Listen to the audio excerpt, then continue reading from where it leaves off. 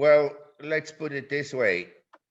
In the 1930s and already before, we had the rise of the mafia, which was largely due to the prohibition time.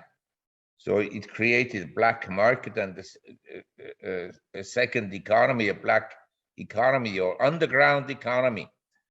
The government won it, and then they adopted the methods of the mafia.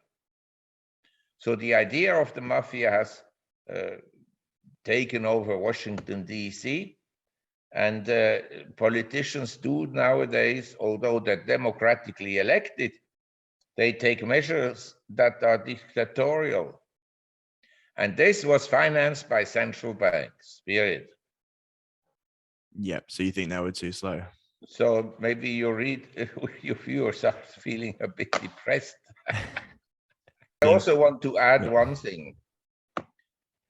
I started to work in 1970. So I experienced the tail end of the 1969-1970 bear market.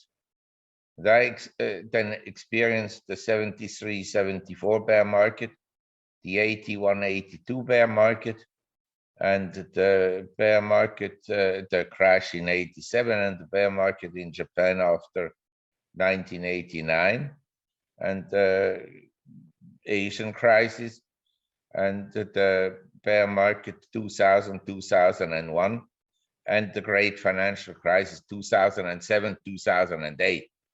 In each these instances, stocks went down, but treasury bonds rallied. Now, this year, or starting a year ago, treasury bonds have gone down and stocks. In other words, if you had a mix of bond stocks in previous recessions, bear markets for stocks, bonds gave you some protections because they rallied. This time around, both went down. This is most unusual.